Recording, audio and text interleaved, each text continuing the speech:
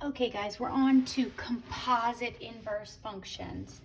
So what we're going to do is we always do what's in the parentheses first.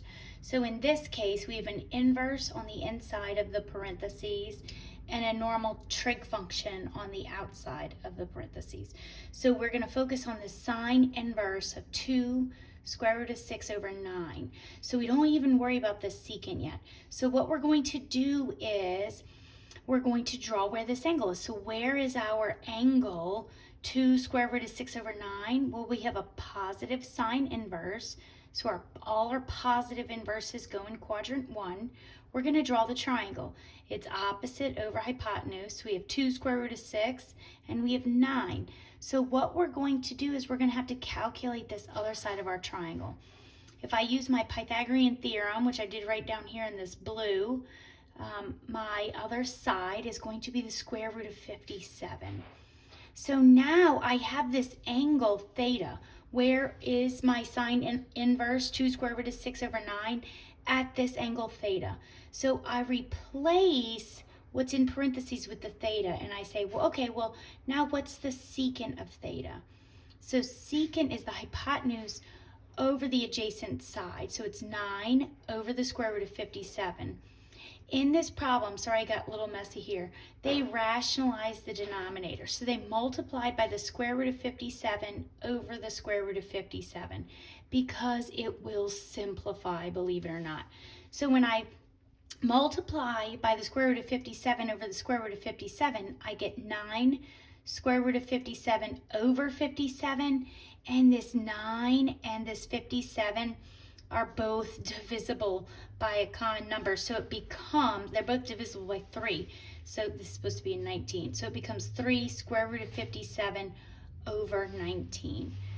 Okay, let's look at the next one. It's a little simpler, but again, do the parentheses first. So we're going to draw the angle where our tangent inverse is 3 over 10.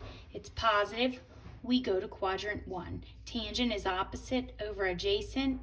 We have to figure out what our hypotenuse is. In this case, this isn't even simplifiable. It's just the square root of 109. Then, my tangent inverse of 3 over 10 is this angle theta, right? That's the answer to the inverse. So I replace theta and I say, well, what's the secant of theta? Well, it's just the square root of 109 over 10. That's it. Okay, this one, we again have an inverse in the parentheses, but now it's a negative tangent inverse.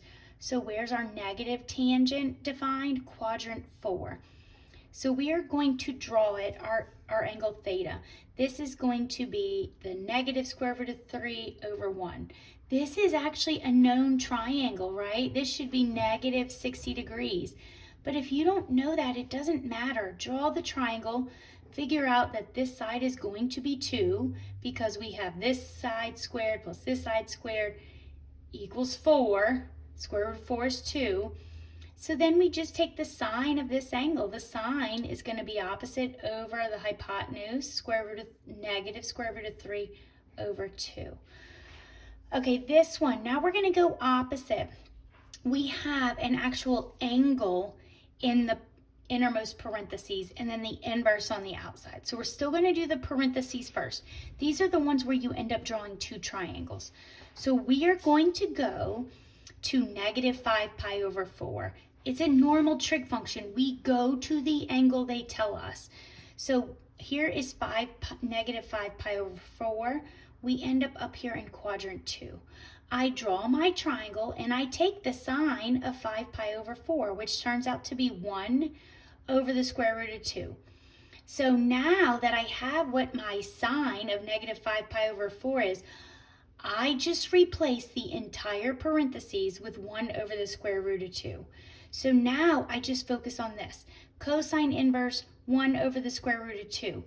I don't even worry about this triangle anymore. I draw this triangle. So where's my cosine inverse positive? In quadrant 1. Where is what angle gives me a cosine of 1 over the square root of 2? It's my 45, 45, 90 triangle. So it's just pi over 4. Okay, guys, let me know if you have any questions on any of those. If not, that should be it for the review of test 2.